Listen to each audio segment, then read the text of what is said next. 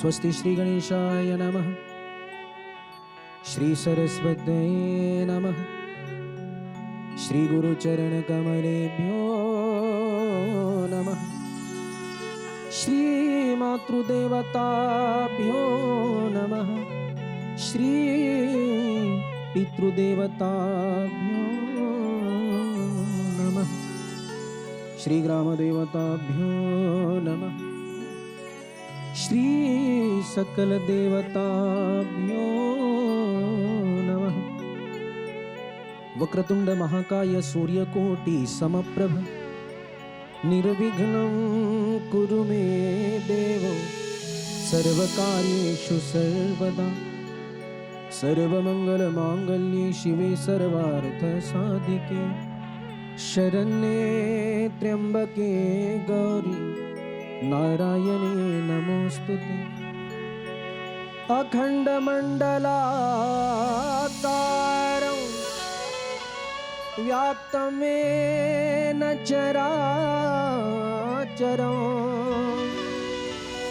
तत्पदं दर्शितं येन तस्मै श्री गुरवे नमः। सरस्वती महाभागे विद्ये कमललोचनी विश्वरूपे विशालाक्षी विद्यां देहि नमोस्तुते।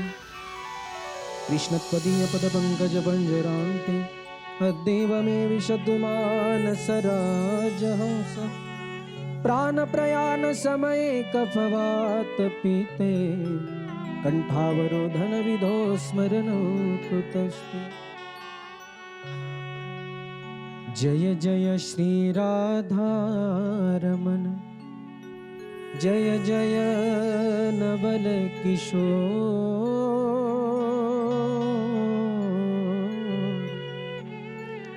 जय गोपी चित चोर प्रभु जय जय माखन चोर।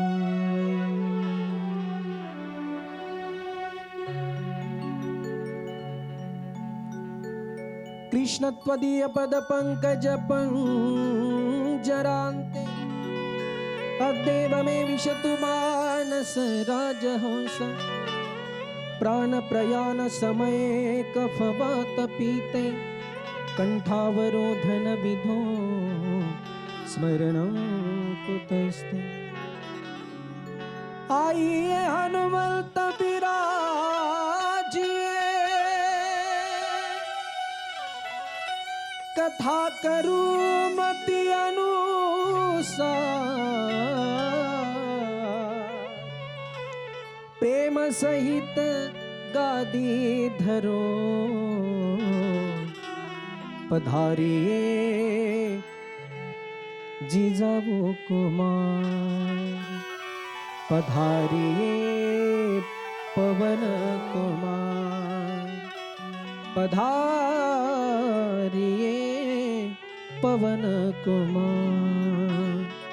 बोलिए भक्तवत्सल भगवान की जय। जुगल सरकार की जय। गीता गंगा गौ माता की जय। बजरंग बली की जय। बोली वृंदावन बिहारी लाल की जय। बोली भागवत भगवान की जय। बोल बरसाने वारी की जय। जय जय श्री राधे जय जय श्री राधे जय जय श्री राधे।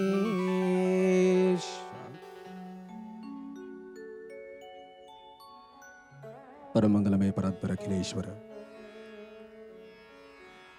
अकारण करुणावरुणालय भक्त वांछा कल्पतरू श्री ताडीदूत विनिंदित पीतांबरधारी नंदनंदन आनंद कंदब्रिज चंद इष्टदेव श्यामाश्याम माझ्या बालकृष्ण भगवंताची वाङ्मयी प्रतिस्वरूपा श्रीमद भागवत महापुराण सप्ताह श्रवण विधी कुमारे तत्र भाषितः। या सप्ताह श्रवण विधीमधला आमचा हा प्रथम दिवस पहिला दिवस अर्थातच श्रीमद भागवत कथेचा आम्ही शुभारंभ करतोय। आज आपल्या कथेमधील पहिला दिवस. मेरे नाथ सप्ताह श्रवण विधी कुमारे तत्र भाषितः. श्रवण विधी अत्यंत महत्वाचं वाक्य आहे. श्रीमद भागवत काय आहे, भागवत काय ऐकायचंय, भागवत ऐकण्याचे फायदे काय. महाराज कशासाठी भागवत कथा ऐकायची हो? श्रीमद भागवत काय ऐकायचंय महाराज? तुम्ही कथा सांगता, काय लाभ आहे त्याचा? का आम्हाला काही काम नाही म्हणून तुमच्या समोर येऊन बसायचंय? काय ऐकावी कथा?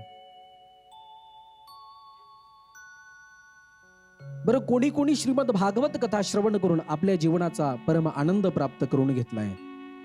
नेमके भागवत कथेचे फायदे काय? भागवत कशाला म्हणतात? श्रीमद भागवताची व्याख्या काय?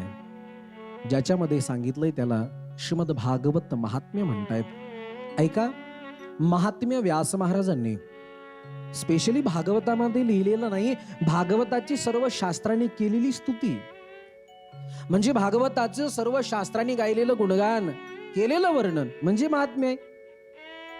आणि तेच महात्म्य आपण आज आपल्या या पवित्र प्रांगणामध्ये पाहणार आहोत. भागवत कथेचे फायदे काय? भागवत कशाला म्हणतात? श्रीमद भागवताची व्याख्या काय? ज्याच्यामध्ये सांगितलंय त्याला श्रीमद भागवत महात्म्य म्हणतायत.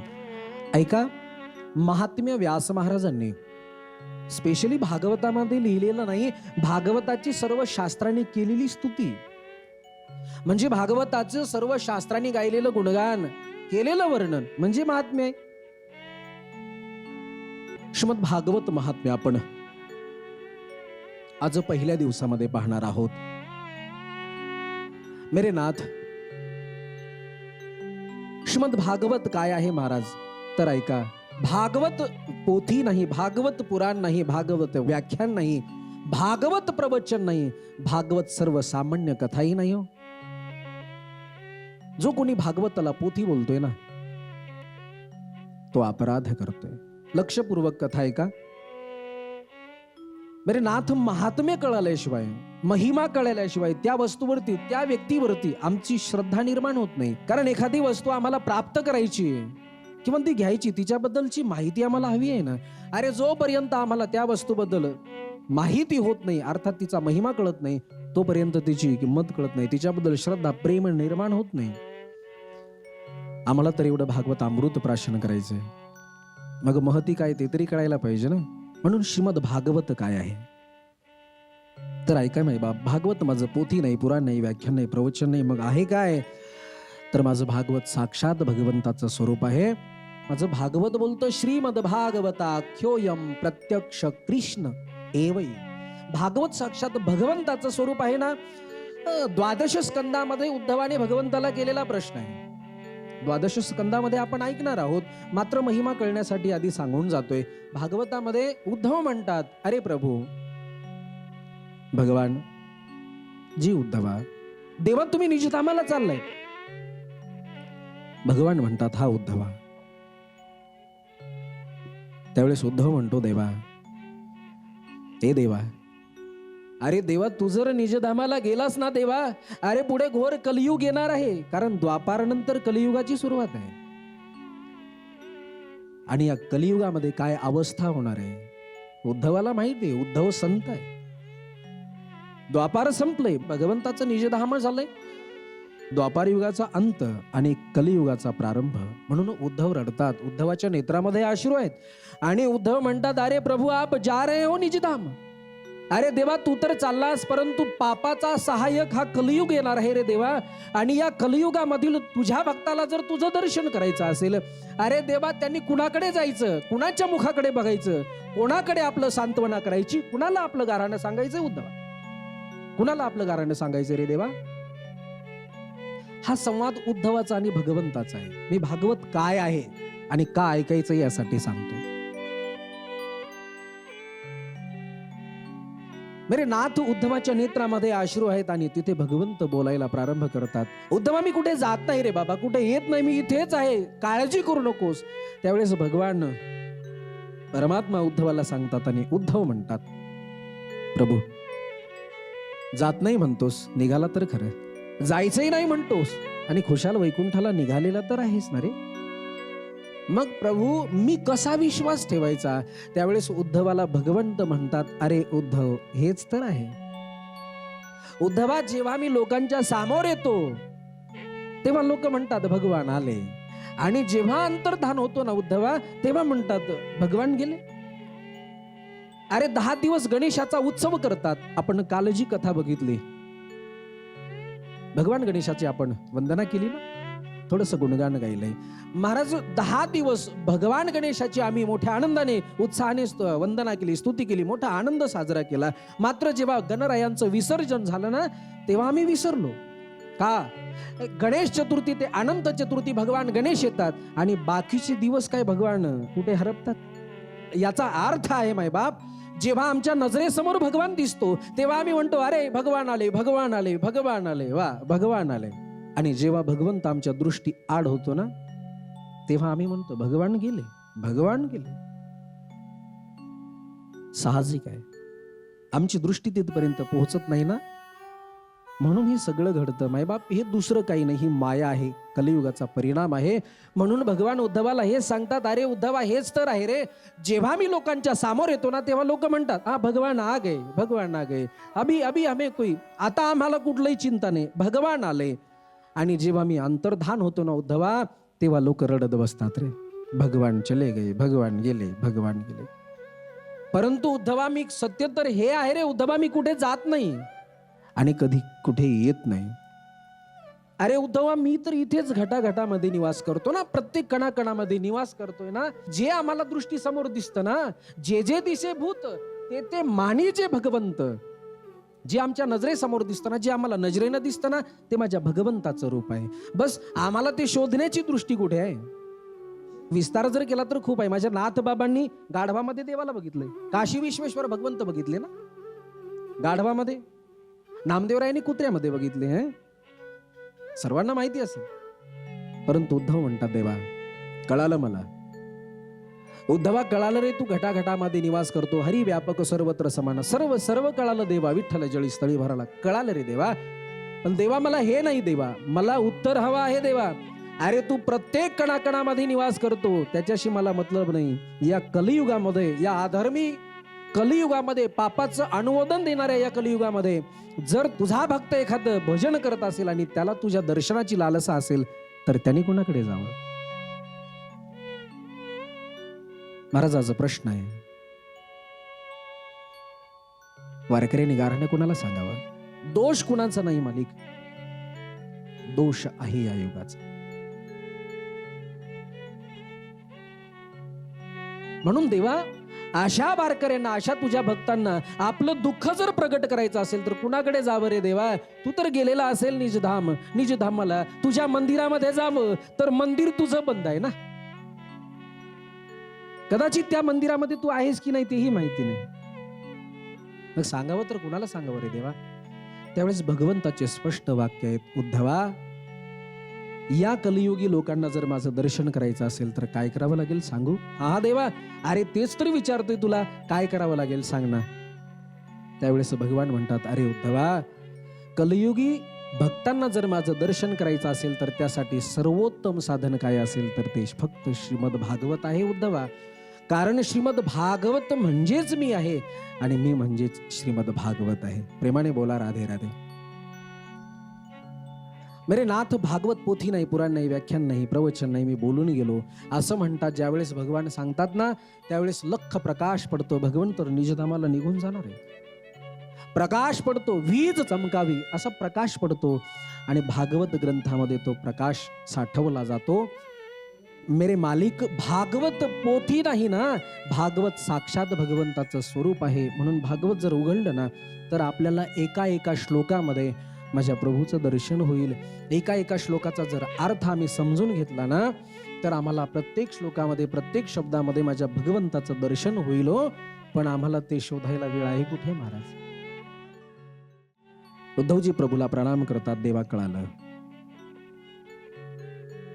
बघा देवा, पुढे कलियुगामध्ये काय करावं कळालं आम्हाला, तुम्हालाही कळालं असेल. बाई बाप, भागवत पोथी नाही, पुराण नाही, फक्त भागवत माझ्या भगवंताचंच स्वरूप आहे याच भावनेनं आपण बघायचं. कारण आम्ही सहज पोथी बोलतो, सहज ग्रंथ बोलतो. हे ग्रंथ नाही तर महापुराण आहे. म्हणून भागवत सर्वसामान्य नाही. ठीक आहे महाराज, कळालं. अरे भागवत साक्षात भगवंताचं स्वरूप आहे हेही कळालं. पण महाराज भागवत श्रवणाचे फायदे काय, लाभ काय, काय मिळतं भागवत श्रवणाने? तर भागवत श्रवणाने काय मिळतंय का? पाप्याला पुनीत करणारी माझी भागवत कथा आहे, रोग्याला निरोगी करणारी माझी भागवत कथा आहे. अरे जो दुःखी आहे त्याला आनंद प्रदान करून देणारी माझी भागवत कथा आहे. एवढंच नाही महाराज, एखादा पापी आहे त्यांनी जर कथा श्रवण केली तर तो सुद्धा मुक्त होऊ शकतो, तरुण जाऊ शकतो, उद्धरून जाऊ शकतो. हे सामर्थ्य माझ्या भागवत कथेमध्ये आहे. याही पुढे सांगू, एखादा धडधाकट जिवंत माणूस कथा ऐकून तरुण जाईल, यात काय नवल. याही पुढे बोलतात, एखाद्या प्रेताने जरी, अर्थात एखाद्या आत्मरूपामध्ये असलेल्या व्यक्तीने जरी श्रीमद भागवत कथा श्रवण केली ना, तर त्याचा सुद्धा उद्धार होऊ शकतो, असं भागवतामध्ये स्पष्ट लिहिलंय. एवढी भागवत कथा माझी श्रेष्ठ आहे.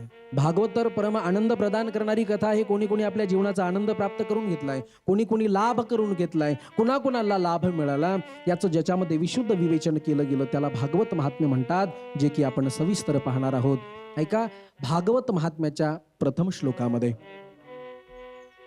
भगवान गोपाल कृष्णाची स्तुती गातात. सच्चिदानंद रूपाय विश्वोत्पत्त्यादि हेतवे तापत्रय विनाशाय श्रीकृष्णाय वयं नमः. भगवंताची स्तुती घालतात, वंदन करतात, नमन करतात, प्रणाम करतात. केवळ एकट्याने नाही तर आम्ही सर्वांनी मिळून भगवंताला प्रणाम करायचा बोलतात. मी संक्षिप्त रूपामध्ये बोलतोय बरं. मला काही महत्वाची कथा आपल्या समोर मांडायची, भागवताची महिमा आपल्या समोर प्रगट करायची, म्हणून काही संक्षिप्त, काही सविस्तर.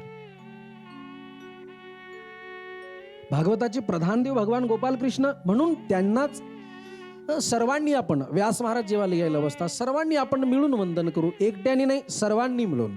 म्हणून श्रीकृष्णाय वयं नमः. सतचित आणि आनंद, सतघन, चितघन, आनंद घन,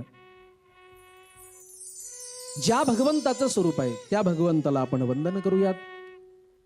जो सत्य आहे, त्रिकालाबाधित सत्य, आदि मध्यांत सत्य, आणि ज्याचा कधीही नाश नाही, तो माझा भगवंत. ठीक आहे महाराज, याचा स्वभाव कसा आहे तर म्हणतात विश्वोत्पत्त्यादि हेतवे, या विश्वाला निर्माण करणार आहे, विश्वाचा पालन करणार आहे, विश्वाचा सांभाळ करणार आहे, आणि शेवट विलयालाही नेणारा हाच आहे ना. विश्वोत्पत्त्यादि हेतवे तापत्रय विनाशाय. 3 प्रकारचे ताप आहेत, आध्यात्मिक, आधी भौतिक आणि आधी दैविक. या तीनही तापाला विनष्ट करण्याचं सामर्थ्य ज्या भगवंतामध्ये आहे, ज्यांनी ही सृष्टी निर्माण केली, तो माझा भगवंत. म्हणून त्या भगवंताला आम्ही सर्वांनी वंदन करायचंय. श्रीकृष्णाय वयं नमः. भगवंताला वंदन करून द्वितीय श्लोकामध्ये भागवताचे आचार्य प्रधान भगवान शुकदेव स्वामी आहेत, म्हणून त्यांचं वंदन करतात. यं प्रव्रजन्तमनुपेतमपेतकृत्यं द्वैपायनो विरहकातराजुहाव पुत्रेति तन्मयतया तर्वोऽभिनेदुस्तं सर्वभूतहृदयं मुनिमानतोस्मि.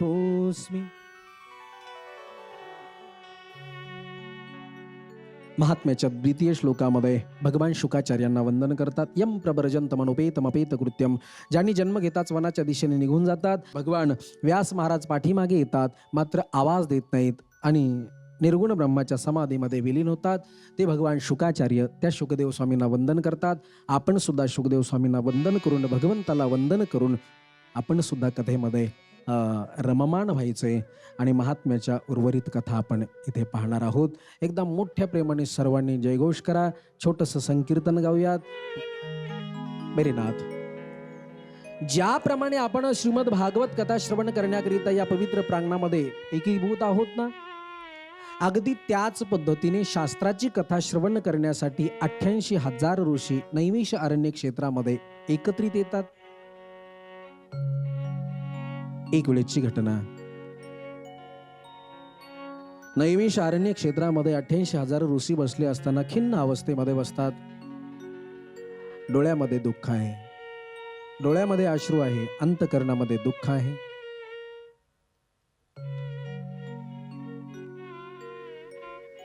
शौनकादिक ऋषी कुणाला म्हणतात?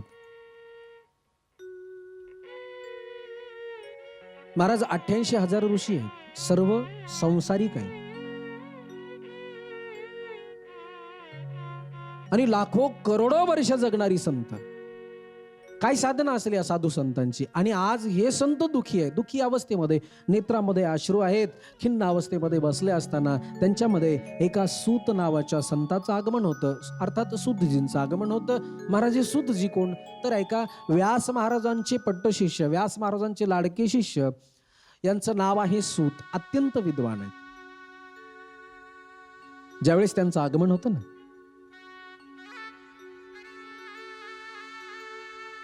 88,000 ऋषी सूतजींना बघतात आणि सूतजी 88,000 ऋषींना बघतात. महाराज जेव्हा 88,000 ऋषी पाहतात, सर्व एकत्रित उभे राहतात, सर्व एकदम हात जोडतात आणि हात जोडून साष्टांग त्रिवार प्रणाम करतात आणि बोलतात, ओ हो आइए महात्मन, आज हमारा बहुत बड़ा सद्भाग्य है. अरे महात्मा जिया, आज आमचं फार मोठं भाग्य आहे, आज तुमच्यासारखा संत आमच्या घरी आला. कारण लक्षात ठेवा, अरे ज्यावेळेस आमच्या पूर्वजांचं काहीतरी पुण्य असतं ना, तेव्हाच आमच्या दारामध्ये संत येत असतो. बस याच भावनेने 88,000 संत बोलतात, हे महात्मन, आज आमचं काहीतरी पूर्वजाचं पुण्य असेल, आमचं काहीतरी भाग्य असेल. 88,000 ऋषी सूतजींना प्रणाम करतात आणि सूत मुनी 88,000 ऋषींना साष्टांग दंडवत घालतात. श्री संताची ये माथा चरणावरी, साष्टांग हे करी दंडवत. बघा, एक संत दुसऱ्या संताला जेव्हा भेटतात, दोन भक्त जेव्हा एकमेकाला भेटतात, दोन पहिलवान जेव्हा एकत्रित येतात एकमेकाला भेटतात, दोन चोरटे जेव्हा एकत्रित येतात एकमेकाला भेटतात, काय घडतं? अरे जर चोरटी भेटली तर चोरीचाच संवाद होईल, पहिलवान भेटले तर कुस्तीचा आखाड्याचा संवाद होईल, भक्त भेटले तर भक्तीच्या भगवंताच्या भक्तीबद्दलची चर्चा होईल, संत भेटले तर भगवंताच्या गुणानुवादाचंच वर्णन होईल. सूतजींना 88,000 ऋषी भेटतात. 88,000 ऋषी सूतजींना, सूतजी यांचं वंदन करतात, हे त्यांचं वंदन करतात, दोघे एकमेकाच्या चरणावरती लोळतात. ये होता है संत मेरे मालिक. एका वाक्यामध्ये सांगेल, संत कुणाला म्हणतात, भक्त कुणाला म्हणतात, ज्ञानी कुणाला म्हणतात? अरे ज्ञानी खरा तोच आहे जो दुसऱ्याला कधी अज्ञानी समजत नाही. विद्वान खरा तो आहे जो दुसऱ्याला कधी मूर्ख समजत नाही. भक्त खरा तो आहे जो दुसऱ्याला कधी अभक्त समजत नाही, कधीच अभक्त समजत नाही. संत कुणाला म्हणतात? महाराज दुसऱ्यासाठी आपलं जीवन जाळणारा त्यालाच तर संत म्हणतात ना. प्रेमाने बोला राधे राधे. राधे राधे. तोच तर संत आहे ना. म्हणून 88,000 ऋषी का दुखी आहेत? का दुखी आहेत? तर या समाजासाठी दुखी आहेत ना. अरे सुदजी येतात, त्यांना वंदन करतात, प्रणाम करतात आणि सुदजी यांच्या चरणावरती नतमस्तक होतात. पण शौनकादिक ऋषी का दुखी आहेत महात्मे? या समाजाकडे जेव्हा सिंहावलोकन करतात, समाजाचा सिंहावलोकन करून या समाजाकडे जेव्हा बघतात ना, तेव्हा हा समाज दिशा भटकलेला, कुठेतरी मार्ग मिळावा, उद्देश हा आहे ना. अर्थात संत आपलं जीवन केवळ आणि केवळ या समाजाच्या कल्याणाकरिता लावतात. म्हणतात ना, आम्ही वैकुंठवासी आलो याची कारण असे, किंवा बुडत हे जन न देखावे डोळा येतो कळवळा म्हणून. संतांचा अंतकरण लोण्याप्रमाणे असतं ना.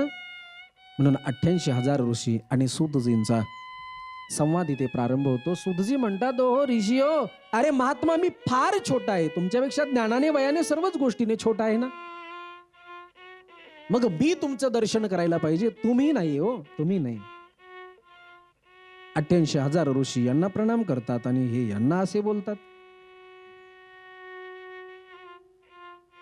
परंतु 88,000 ऋषींचे वाक्य आहेत, हे महात्मन,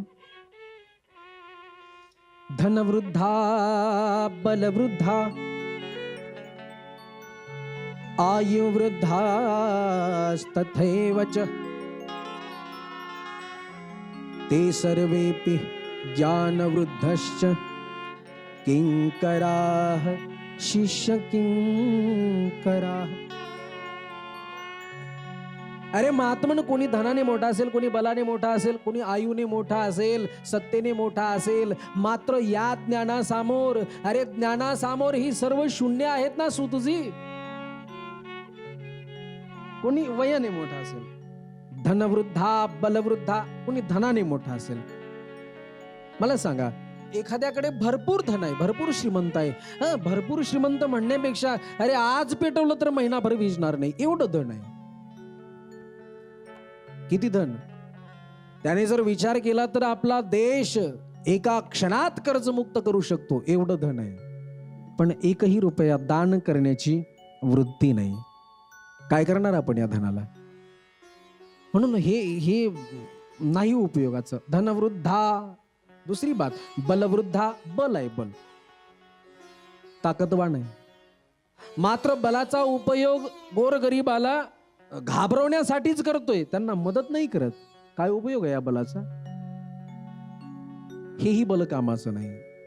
किंवा आयुवृद्धास तथैवच. आयुवृद्धा म्हणजे फार दिवस जगला, काय क्रांती केली.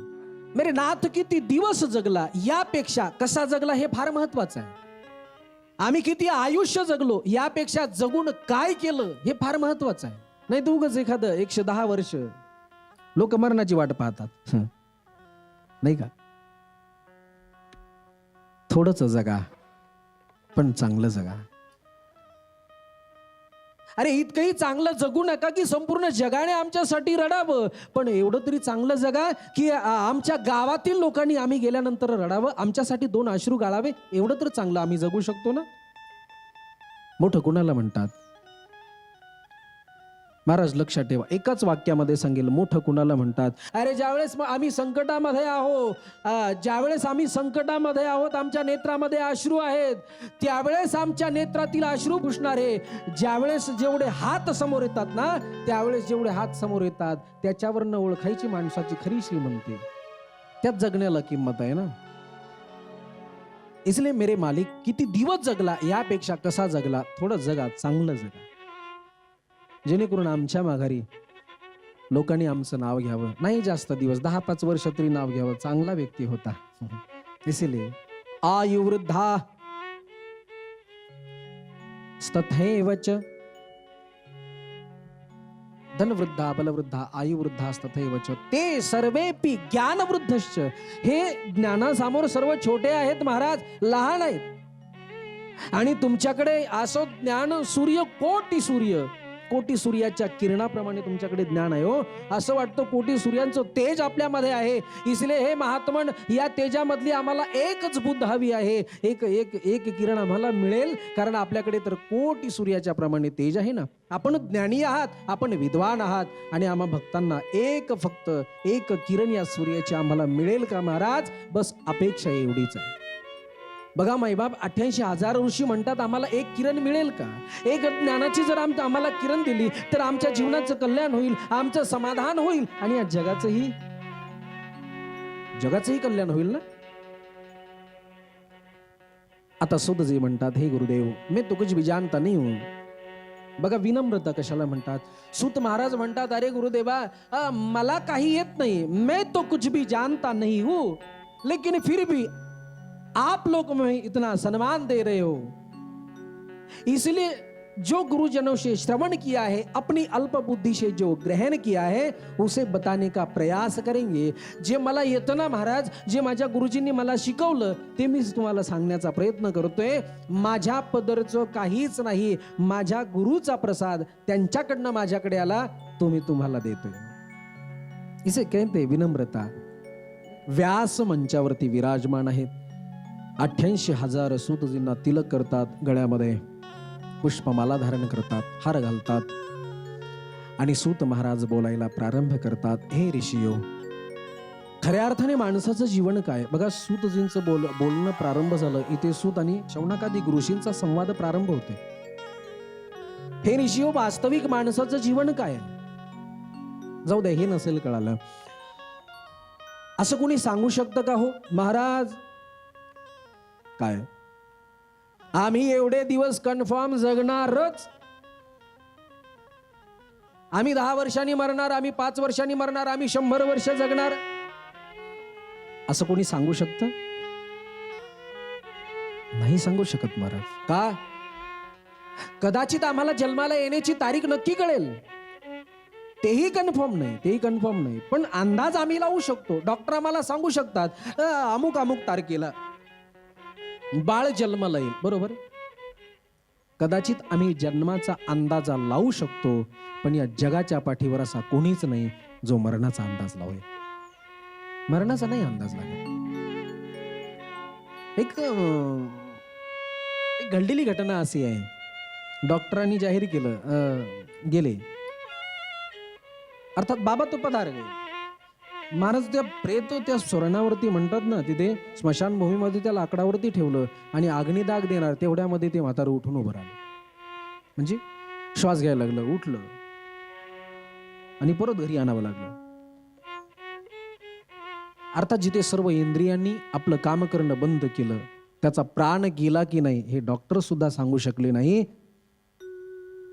याचा अर्थ आपण एखाद्या वेळेस कधी जन्माला येतो याचा अंदाज लागेल, पण मरणार कधी हे कोणीच सांगू शकत नाही. प्रेमाने बोला राधे राधे राधे राधे. म्हणून सूतजी 88,000 ऋषींना म्हणतात, हे ऋषियो, वास्तविक आपलं जीवन काय आहे? काल व्याल मुखग्राश त्राश निर्नाश हे तमे. श्रीमद भागवत शास्त्र कलौकीरेण भाषितम. हे ऋषींनो, वास्तविक आमचं जीवन काय आहे? अरे आम्ही इथे बसलोय, पण आम्ही खऱ्या अर्थाने काळ रूपी सापाचे ग्रास बनलोय. काल व्यालमुख ग्रास. सुधजी बोलतात, काळरूपी सर्पाने आपलं मुख फाडून ठेवलंय भागवत महाराज, नाही का? काल व्यालमुख ग्रास त्राश निर्नाश हे तवे. अरे त्या काळरूपी सापाने आपलं मुख फाडून ठेवलंय. मुखामधले आम्ही बसलेले त्याचे घास आहोत, घास त्याचे ग्रास आहोत. मग महाराज आमचं जीवन कुठपर्यंत सुरक्षित? एकदा का त्याचा धागा तुटला ना मायबाप, मग हे जीवन आमचं. कबीर बाबा बोलतात, हे जीवन कुठपर्यंत सुरक्षित आहे? क्या जीवन की पकड़ी है आस. वाक्य फार गोड आहे. कबीर बाबा बोलतात, क्या जीवन की पकड़ी है आस, हाथों नहीं लिया तेरा एक घास. हातामध्ये घेतलेला घास सुद्धा आमच्या मुखामध्ये जाईल की नाही गॅरंटी नाही. मुखामध्ये गेलेला घास आमच्या पोटामध्ये जाईल की नाही, नो गॅरंटी आहे. गॅरंटी काय? आपल्या समोर अनेक उदाहरण असतील. महाराज आता बोलत होते हो, अहो आता जेवायला बसले महाराज यांनी घास घेतला, ठसका लागण्याचंच निमित्त झालं महाराज आणि गेले हो. सुतजी महाराज म्हणतात, आम्ही काळरूपी सर्पाचे ग्रास बनलोय. मग आमच्या हातामध्ये आहे काय? काही नाही माय बाप. अरे एका क्षणाचा सुद्धा ज्या जीवनाचा भरवसा नाही ना, ते जीवन आहे तरी काय? आणि एकदा का मरण जवळ आलं, मग आम्हाला कोणी सोडवत नाही दादा. अष्टम स्कंदामध्ये आपण फार गोड कथा पाहणार आहोत. एकदा का मरण जवळ आलं, मग आम्हाला हे सर्व जग दिसतं.